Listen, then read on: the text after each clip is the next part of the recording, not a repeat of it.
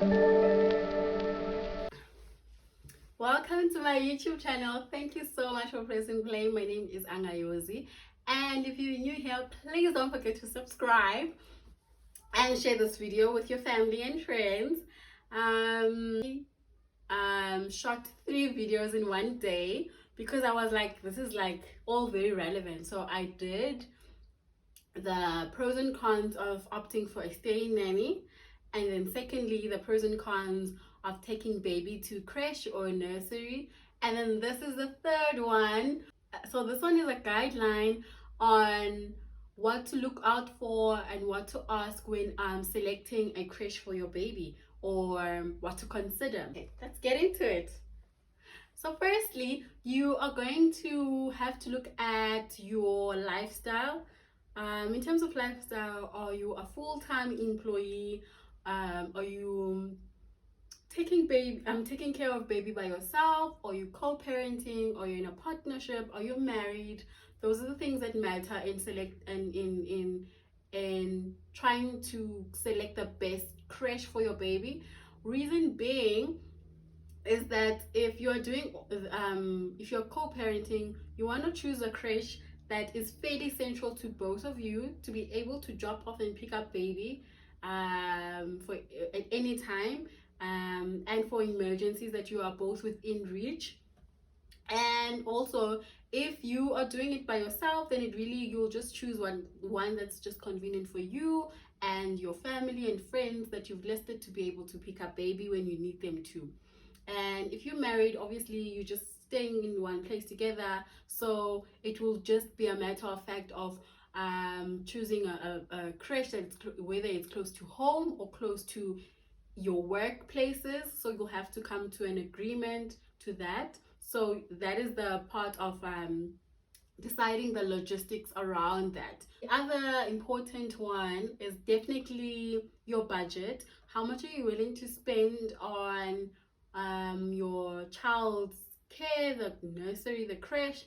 And normally this goes hand in hand with the area in which you live in, and what you look and the safety features that the creche offers, and any specialist care that the nursery and creche might have included in the fees, and also aftercare. So some creches, not all, might have the creche normal hours, and then there might be like an aftercare hours as well. So it's either you depending on your lifestyle, you'll choose a creche that offers aftercare or doesn't offer aftercare, or does both, or whichever. So you have options.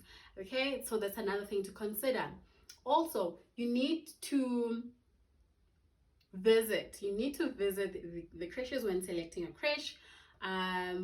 So after you've established your budget, you've established the area, and then now just take a handful or more of creches within your reach and visit them one by one.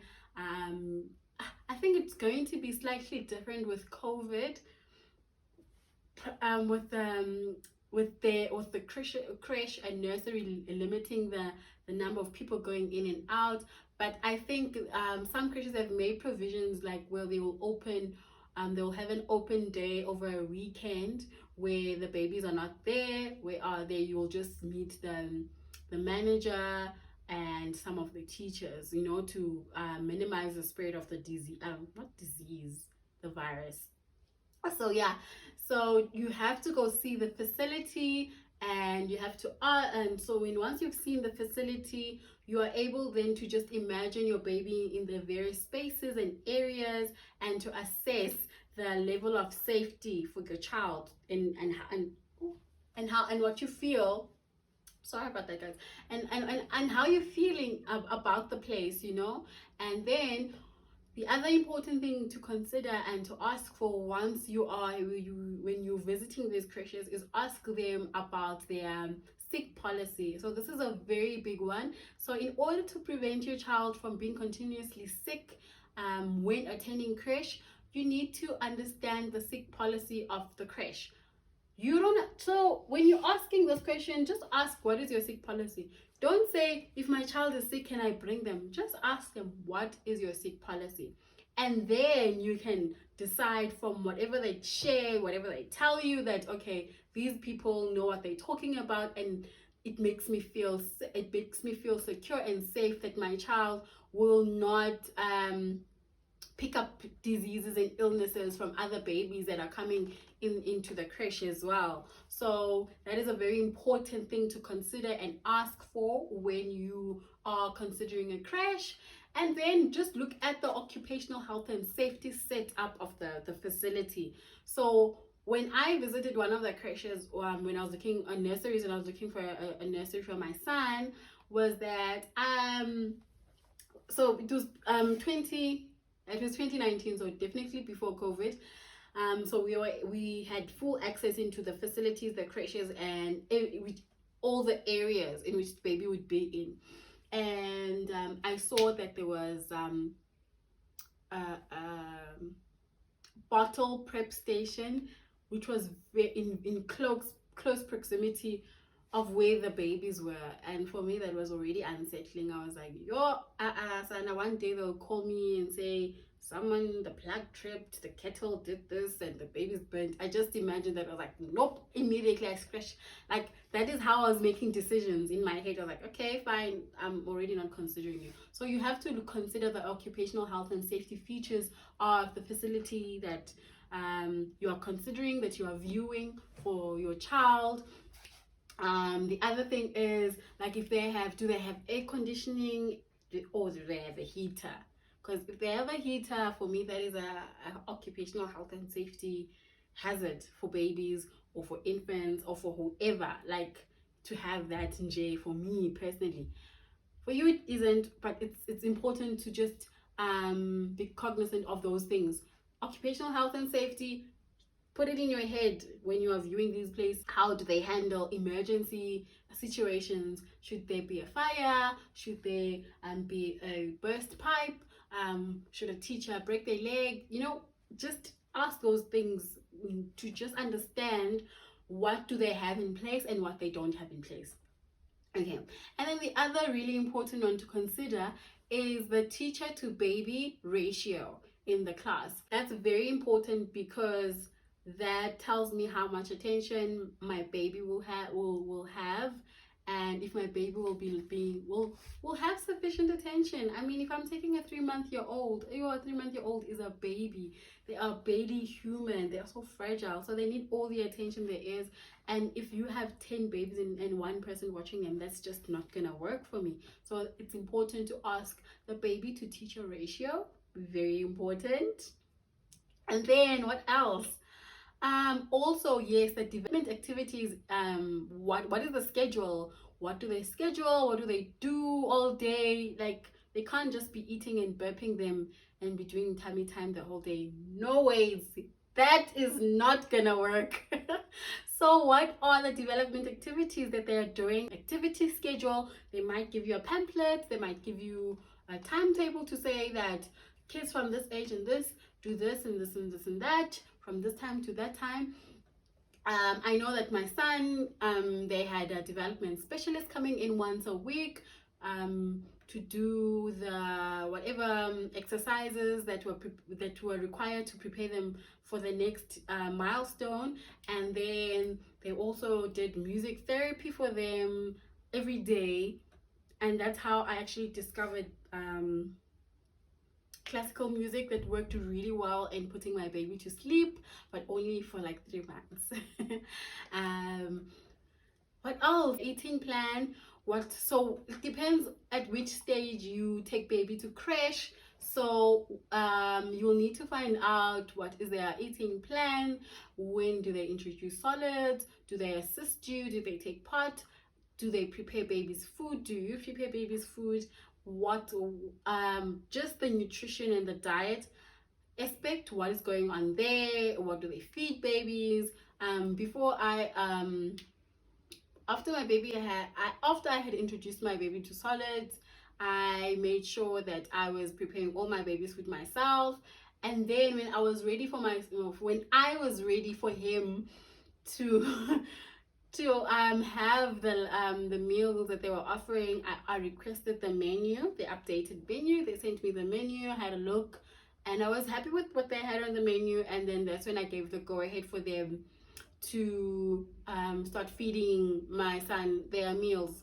And yeah, so you need to understand the nutritional value of your food that they're giving to baby, and the menu, and how that goes about, how the food prepared, who prepares the food, is it board, is there a kitchen, is there someone preparing the food there, do you need to provide all the meals for baby up until a certain age, because some creches don't do food at all, so you have to provide all the meals. Not to scare you, but these are the things you need to ask for when looking for a creche. You guys, shooting 3 videos in one day with a toddler, it's not the one. It is not the one. I need to finish this juice. Also, the other very important one that I was really chuffed with my son's creche is, do they provide extramural activities, or do they have suppliers that they work with? Like so I wanted my son to start swimming when he was a baby. I think he started when he was like 8 months, and then there was already a swimming school that was picking them up at the creche and taking them to the swimming venue and then bring them back. So the school already had like a contract agreement. So you need to also understand what contract agreements do they have for extramural activities. Ask the questions. Yeah, just ask the questions which contractual agreements they have with outsourcing some extramural activities. So that's also a big plus. I was chuffed at that. I was happy that they had that in place. And yeah, those are the very major and important things to think about, to consider, and to evaluate, review when selecting a creche for your baby. Lastly, consider your lifestyle. So it's really important to consider your lifestyle. Is the type of creche or the place that you've selected as the nursery for your child, does it fit in with your lifestyle? Does it fit in with ease? If it sticks out like a sore thumb, then it's just going to always be such an inconvenience, and you're always going to find something wrong with the creche, and you're always going to be complaining about that.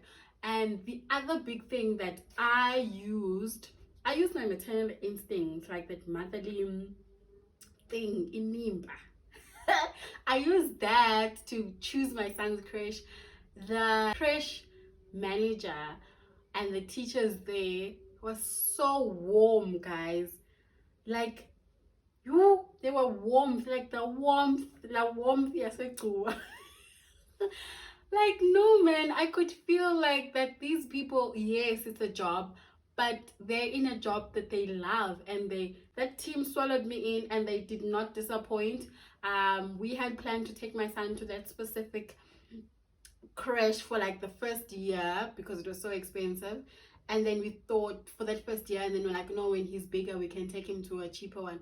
He's still there. He's turning 3 in March. He is still there because the level of care, the warmth, the attention that they give to your child is just it's really, really, really worth it, and definitely something that I don't regret doing.